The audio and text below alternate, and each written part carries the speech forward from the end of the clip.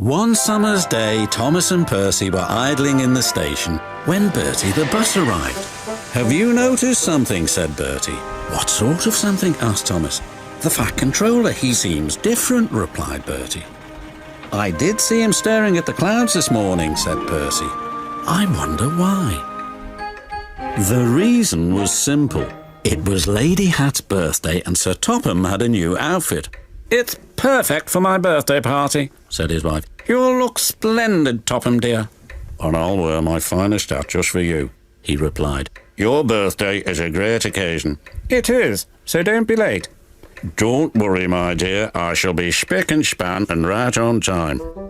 Later that day, the Fat Controller had changed into his new suit. "You look fine, sir," said the station master. "You'd best be going." "Indeed," agreed the Fat Controller. "The engines are busy. I'll take care."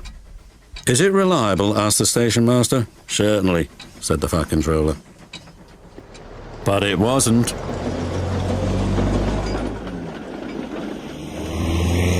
As he sped along, he suddenly saw a large hole in the road. He braked hard, but it was too late. "Bother! Now I've got a puncture. If I change my wheel, I'm sure to dirty my suit, and that would never do." Just then, he heard Caroline. "I have to attend my wife's birthday party, and I cannot be late. Please give me a lift." "I'll try, sir." But Caroline didn't like going fast. "I'm hot. My engine will overheat." And it did.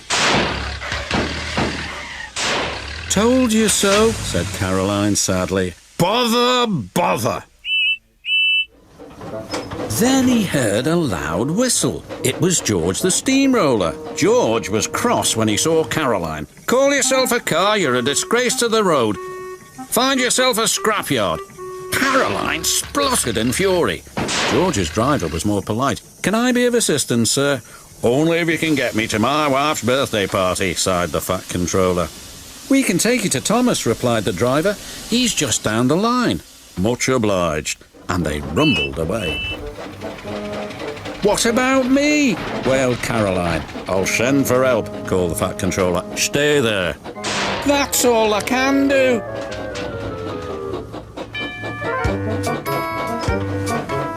George was enjoying rolling along the lane, but not the Fat Controller. Oil splashed everywhere.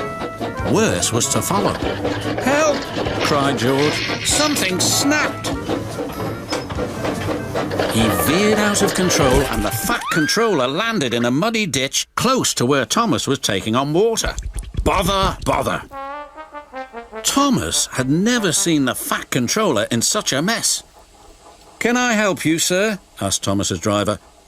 "Yes, please. Get me to the station as fast as you can." "I'm afraid our fireman's been taken ill." "Then I'll be your fireman," sighed the Fat Controller. Thomas was excited. The Fat Controller had to work hard. Coal dust and smut flew everywhere.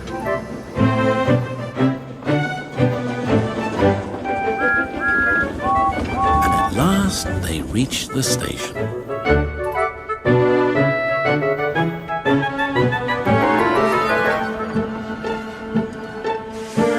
The Fat Controller looked at the clock. "Just in time," he gasped. He hurriedly picked up a huge bunch of flowers. "Good luck," called Thomas. The Fat Controller's wife was waiting for him. As the clock struck 3, there stood Sir Topham Hatt, tired but triumphant. He gave his wife the flowers. "Well, thank you, my dear. I knew this was a special birthday party, but I didn't know it was fancy dress." Everyone laughed. And then the party began.